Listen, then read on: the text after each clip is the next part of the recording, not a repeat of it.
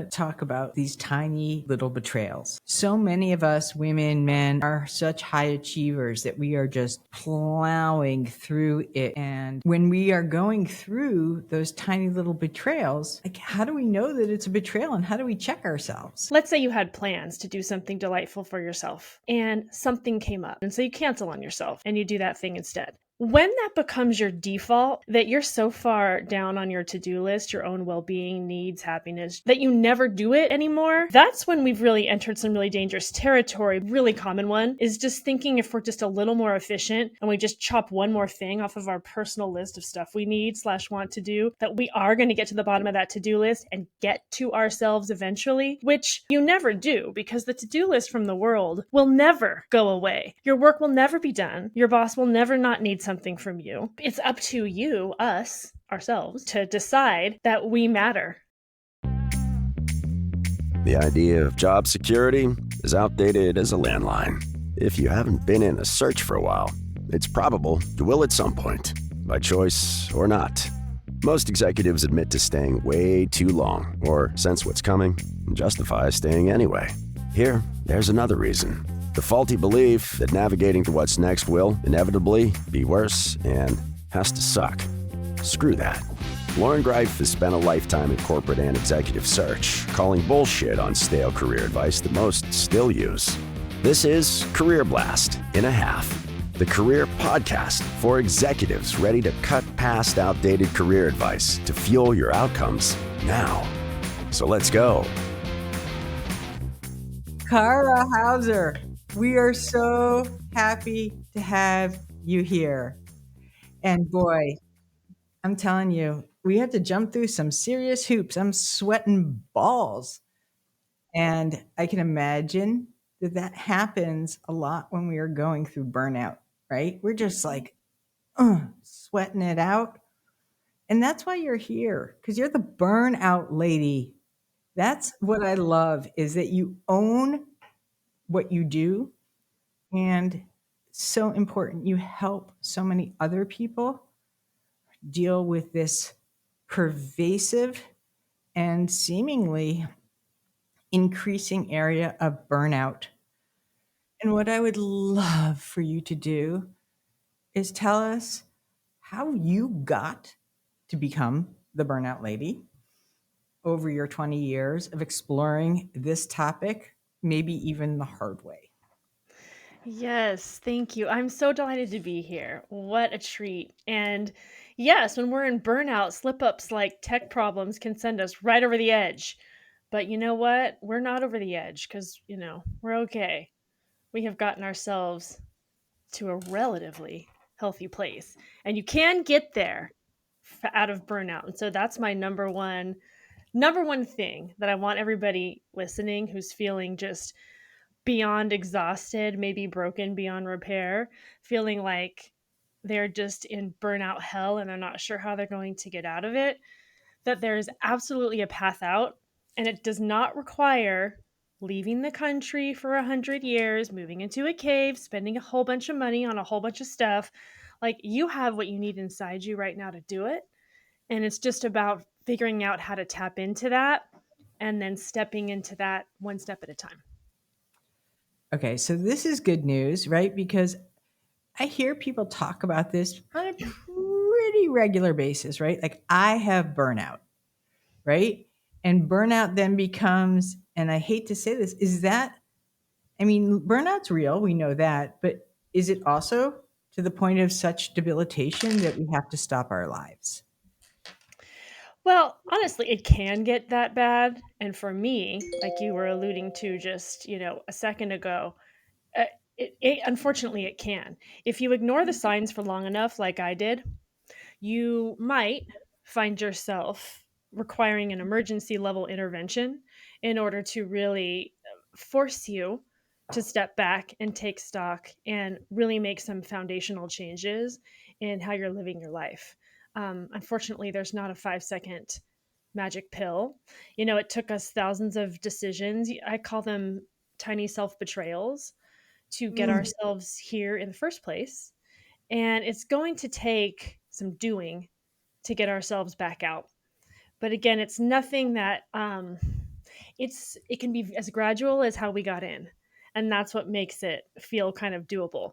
So for me, 10 years ago, my son has a super serious nut allergy, and in the frenzy of an event, somehow he got his little mitts on some nut brownies, and I had quote failed to make the rounds and talk to all the people who brought all the stuff and make sure like I would have normally done. He was only 5, and he knew to ask what's in stuff, but he'd never heard of nuts and brownies before, because why? But anyway, they were there. And and it was scary. I mean, he had an anaphylactic reaction, and frankly, I did not respond with the presence of mind I would have liked to. I was so fried, my resilience was so low that I kind of freaked out. Honestly, like we had to call 911. We happened to be in this snow house in a blizzard. It was just a disaster. You have the EpiPen, you do what you got to do, but you still have to go to the hospital. I don't know if folks know about the fun of food allergies, but you have to deal with them for like the next day or two. And so it caused really kind of a breakdown, which felt miserable at the time, but which I now see as the level of intervention I needed to stop doing what I was doing. Stop hustling and grinding to do it all, being everything to everyone except myself, trying to focus on everything at once, which means focusing on nothing. Um, And it was also just, unfortunately, I heaped upon myself large helpings of shame and guilt and disastrous feelings of like, how could I possibly be this kind of parent, kind of a thing? Which, frankly, is what we all do with burnout. We think, well, I shouldn't feel this way, even though we also simultaneously think, I guess this is how it has to be. Everyone's doing it. A, it does not have to be that way. And B, we have so much power to help get ourselves out, and a beautiful vibrant life awaits us on the other side. So I want to talk about what you just dropped, which is these tiny little betrayals. Mm-hmm. And all I can think about is, you know, like little kind of crumbs here and there. And how do we know that they're going to add up so that we don't ignore them? Because I think that, and you tell me, right, and all of us, so many of us, women, men, are such high achievers that we are just plowing through it. And when we are going through those tiny little betrayals, like how do we know that it's a betrayal and how do we check ourselves? Mm-hmm. Yes, most of us are raised to ignore the signs and signals from our bodies and minds that things are getting out of alignment. And just like um, the dose of something is what makes it toxic of anything that you're eating, that's what's true of anything that you're doing. So if you make, let's say you had plans to do something delightful for yourself, it was on your calendar, and something came up.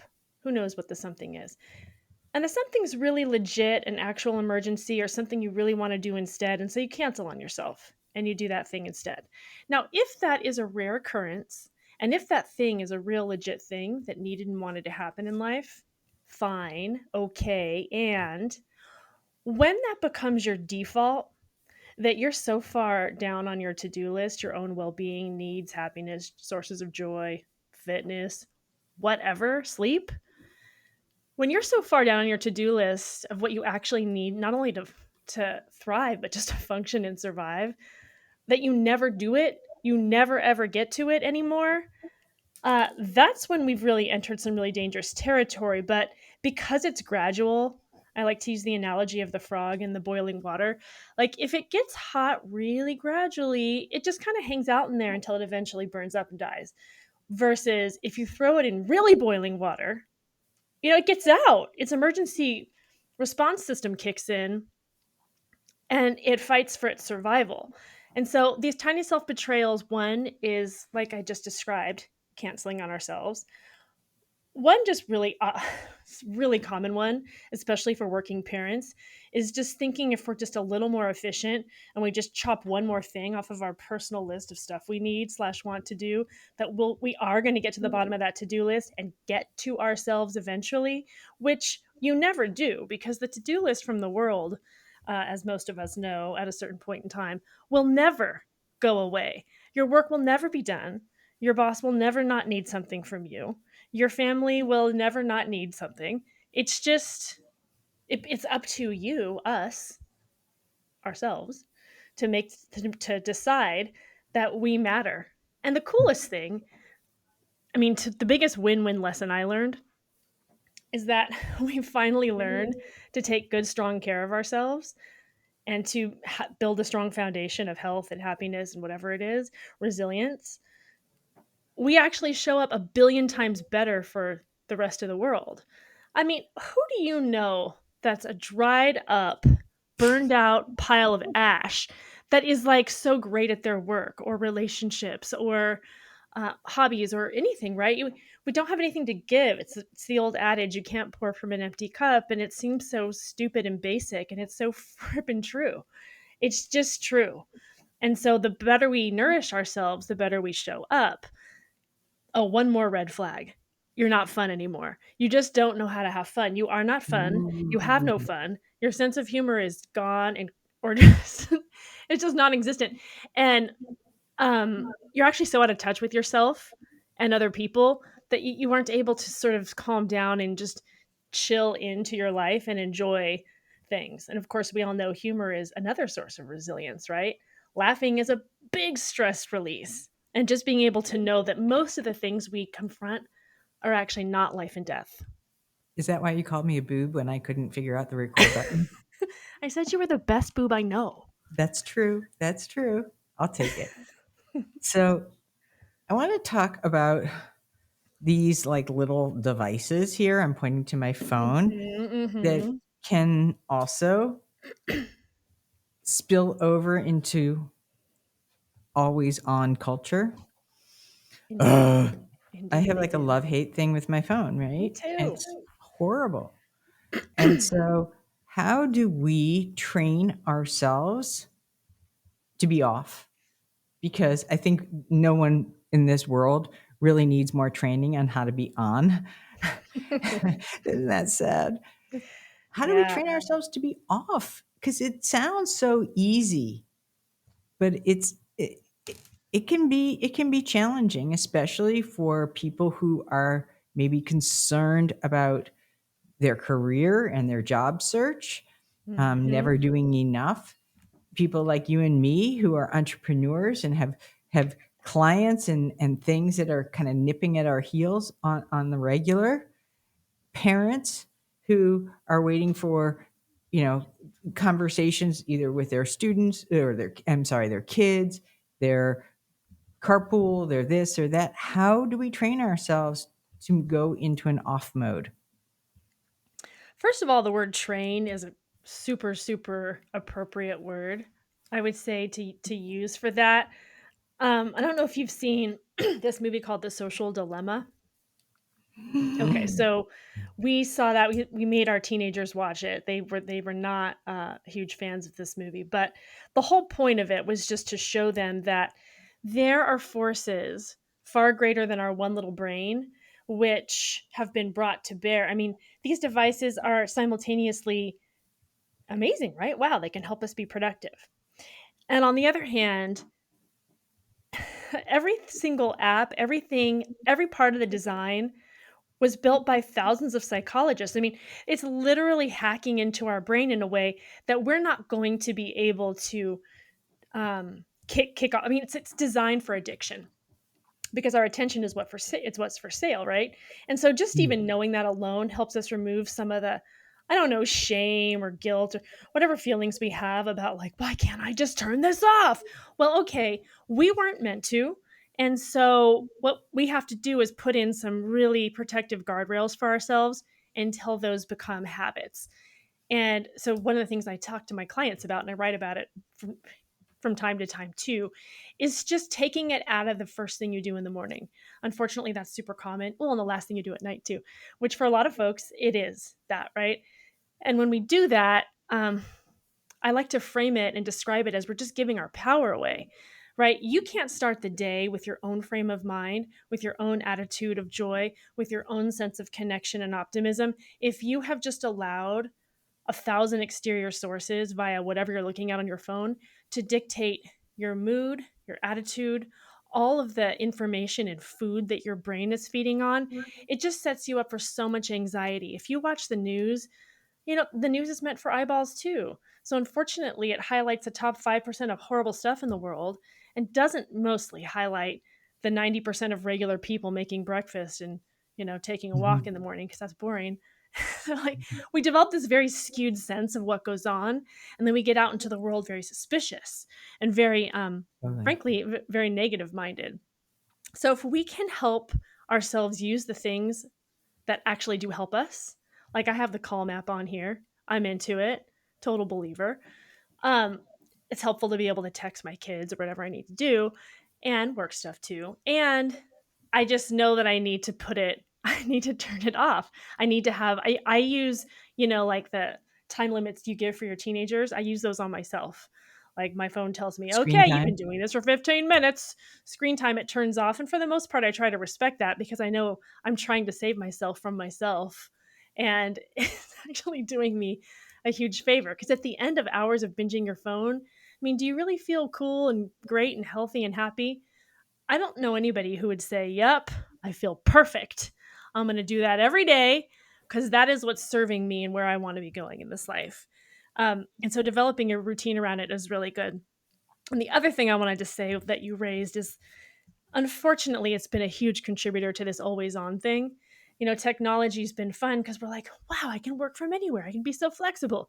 And what I found is that I was taking work home with me and doing it in the off hours, but work wasn't giving me back any of that daytime time, time that I was spending. Like the flexibility was working one way. And that was one of the betrayals or one of the ways that I got into burnout is I didn't erect appropriate guardrails around that.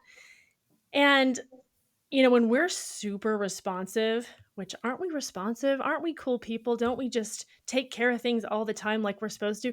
When you're that responsive, you're essentially training people to bother you 24/7. And that's what we Mhm. don't realize too. We actually have power to turn it off. We don't even have to make a big, like, summit meeting about it. We can just stop responding at all hours of the day and night. People will eventually get the memo that, Cara is not the person I'm going to be emailing at 4 in the morning expecting an immediate reply Right. because, that's not how she rolls. And by the way, when I'm not doing that and I'm doing my other stuff like sleeping, going for a run, whatever, I'm so much better at my work. And this is the whole full circle that we're talking about that we have got to get out of this grind mentality that more insanity is better.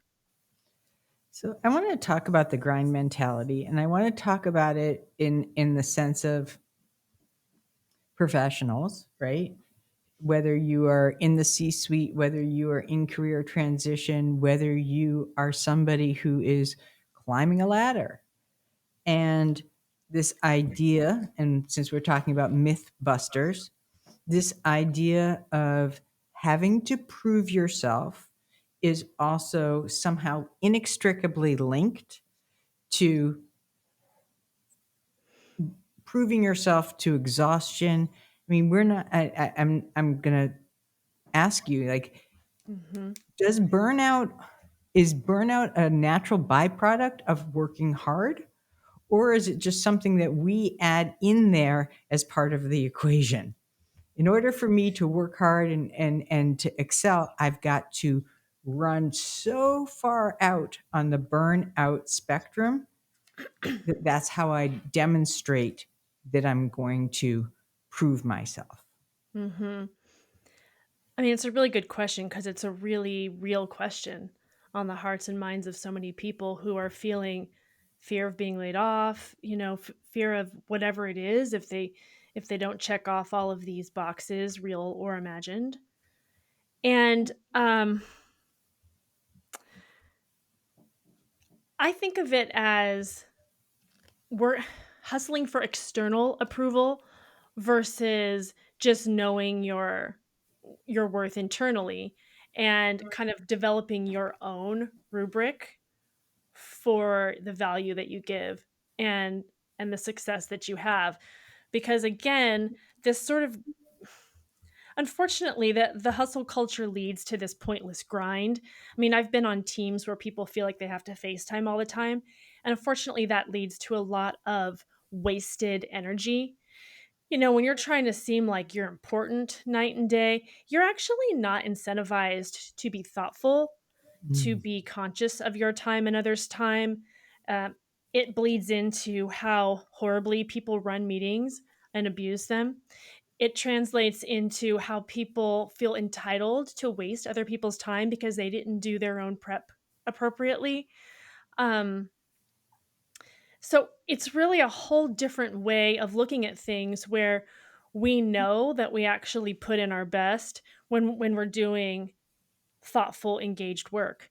And thoughtful, engaged work comes from balanced, rested people. This does not mean you can't work hard. Like, I mean, I'll even use the word hustle. I hustle to do things that are really important to me. Like when I was writing my book and I had my deadline to get the edits in, I was up at 3 a.m. for a few days in a row reading that freaking thing every day to make sure that I caught all those errors. That was important to me at that time. But the and we all have things like that. You've got a deadline. It's about the duration. It's about like, okay, I'm going to do this thing. The end is near. 2 weeks, boom. Now, on healthy teams with really strong leaders, you get to the deadline and the leader looks at everyone and says, "Hey, folks, beat it. I'll see you next week. You go have a great time. Thank you so much. I know that since you're a human being, you actually require rest and fun. And frankly, so do cars. You cannot drive a car 24 hours a day without giving all of its parts gas, maintenance, and chill time. It's just true of everything, living things, mechanical things. And you're not a failure because you're not some sort of superhuman being. You're actually just a person. So you haven't failed to get here. You've been doing all the stuff you've been told to do. And in order to get out of it, you're going to have to unlearn some of that stuff Mhm. and just approach things. I mean, it's sort of a cliche, working smart instead of hard, but there actually is a lot to that. There is a lot we can do to be thoughtful in how we use our time and how we expect others to use theirs. That is so much more efficient. We can get so much more done. I mean, think of all the rework that happens because people aren't Oh, really paying attention. How many meetings have you gone to where half the people in there are doing something else? And then we're mm. making, quote, team decisions. And 2 weeks later, everyone's like, I never agreed to that. And now we're back at square one. I mean, it's just ridiculous what goes on when people are not well and balanced and whole. So you dropped a little hint there about your book, right? When you were staying up till 3 a.m. And also, I'm sure that there was a lot of hustle there. I'm also guessing that there was some labor of love. And Oh, so when I totally. think about burnout, I think more about like the white knuckling, right? The real like that piece that really is, and I've definitely had burnout, which also has led to levels of depression. Mhm. And I love, love, love what you said about not being able to laugh. And whether it was with myself or with other people, I literally lost my sense of humor.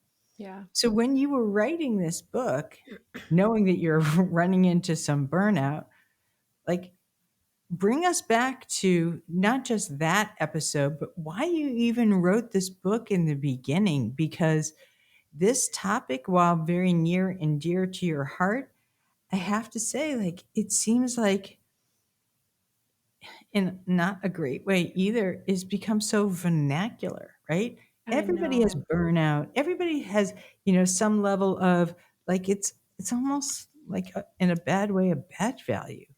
So why did you write this book about something that has been burnt out? Yeah. Well, a few things. First of all,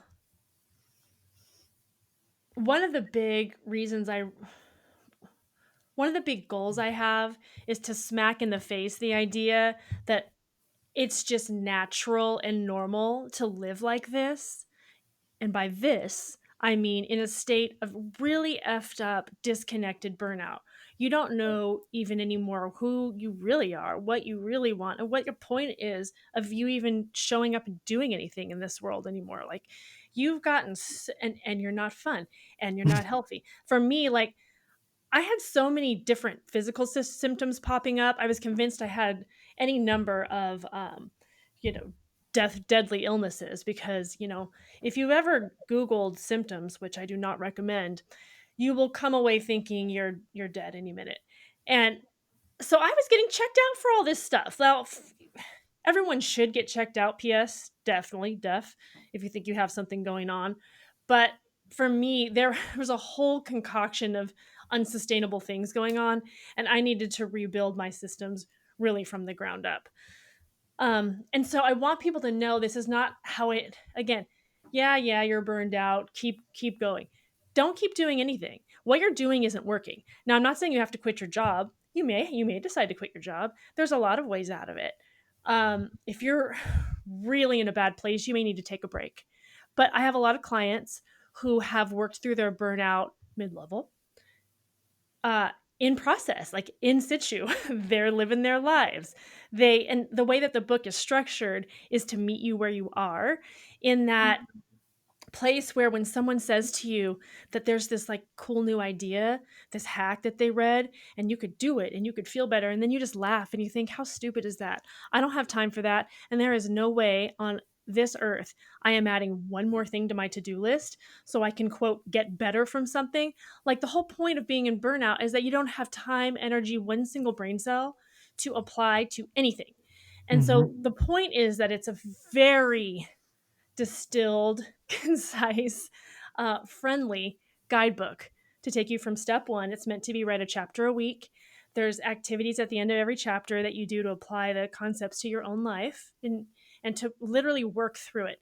Now, it's not like working your tail off work, but it does require some work, right? We are reprogramming some mindsets, visions, habits, practices that unfortunately have not been working for us. And it's going to take some doing to get your big cargo ship turned around into Mm. another direction. Um, and the other, I guess, okay, what else did you ask? Sorry. So let me just ask you something. So each chapter kind of like builds off of itself, right? And so Mm-hmm. you have like the ability to have them interlock and become interdependent. Yes. How long, if I were reading one every week, how long would it take? And I'm not talking about for it to be completely eradicated, but I Mm-hmm. am talking about for there to be some level of relief. How long would it take for me to feel like, Most people start feeling some relief right away in the first few chapters. Broadly, thematically, it's laid out with one, what is burnout? Two, we're going to make space. We're getting rid of stuff, physical stuff, mindsets, habits, limiting beliefs that are not working for us. We already know our plate's too full. We're making way. and where do Step they two, go? Where do they they go go? out. Where do they get dumped? You kick them right out. I don't know where they go. They go out of your life. Um, a lot of us have. Everyone's got stuff on that list to do that we regard as we have to. That doesn't have to be there, and it just requires some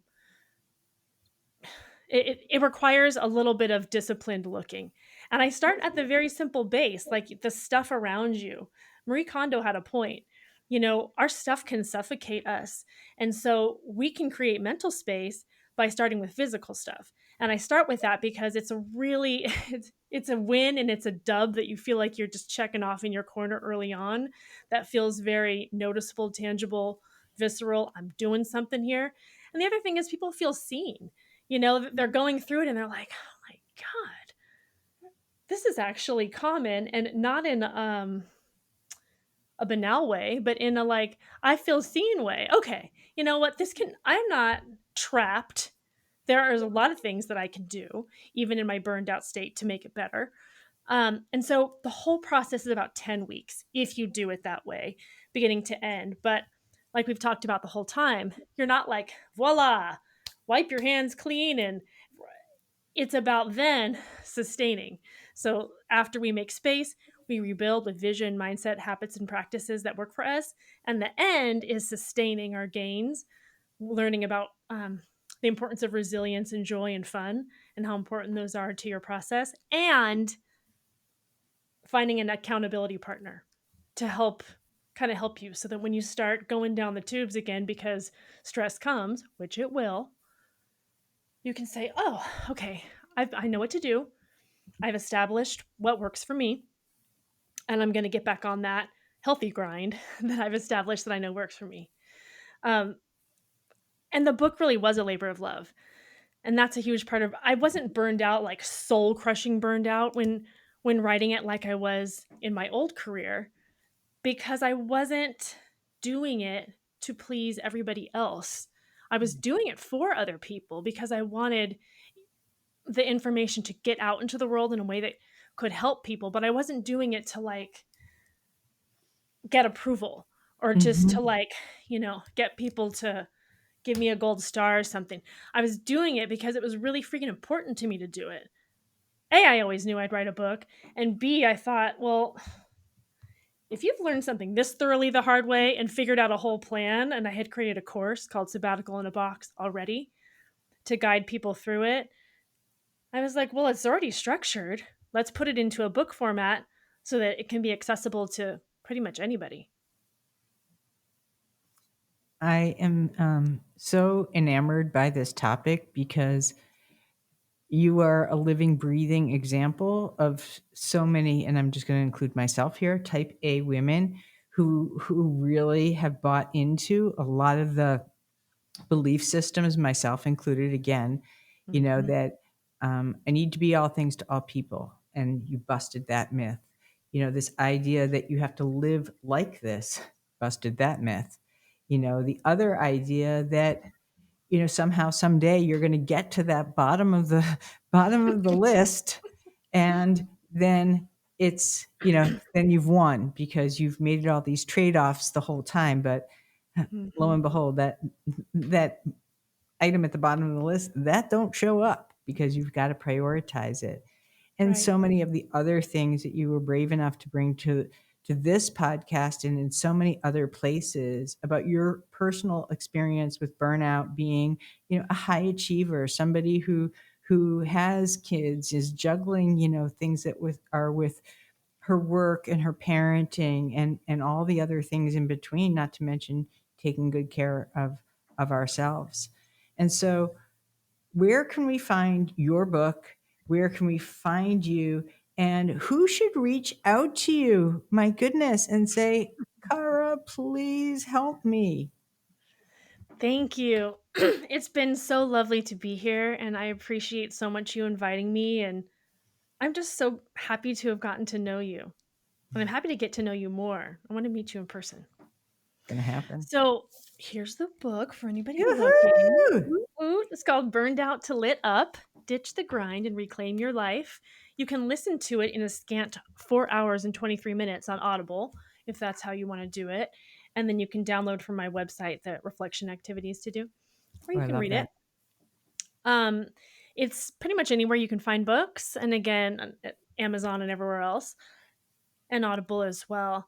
My main crew of folks I work with are mid-career women, and I would love, love, love to hear from anybody who's working through any kind of transition, whether it's out of burnout, other types of transitions in life, like getting through a layoff thoughtfully, moving themselves up and along in their careers, maybe into a solopreneurship or an entrepreneurship if that's where they want to go. But really needing a thought partner to work with you and be with you and ask you those right questions so that you can get into information you already have somewhere and put it to work for you. So, and I'm on LinkedIn a bunch. So I love finding Mhm. people there. And my website's just my name. All right. And so now I'm just going to ask you this one last question because it has been burning, no pun intended, burning a hole in my head. What is your walk up song, Cara? Well, oh my god, I have so many songs I love. I What know. the song that inspired the um the song that I actually had made for my audiobook is Everything is Everything by Lauryn Hill. And I just adore that song, but honestly, I probably could list 100 of them. We'll go with everything is everything. Mhm. Thank you so much, Cara Hauser. I really appreciate you, Hard Stop, and I really appreciate you coming on the show and your book and all the work that you're doing. And it's going to happen. Either you or I are going to like run into each other, literally like Forrest Gump in the middle of some place, or we're going to have to make a serious plan. So thanks so much. Thank And you. we I will be loved it. releasing this very shortly.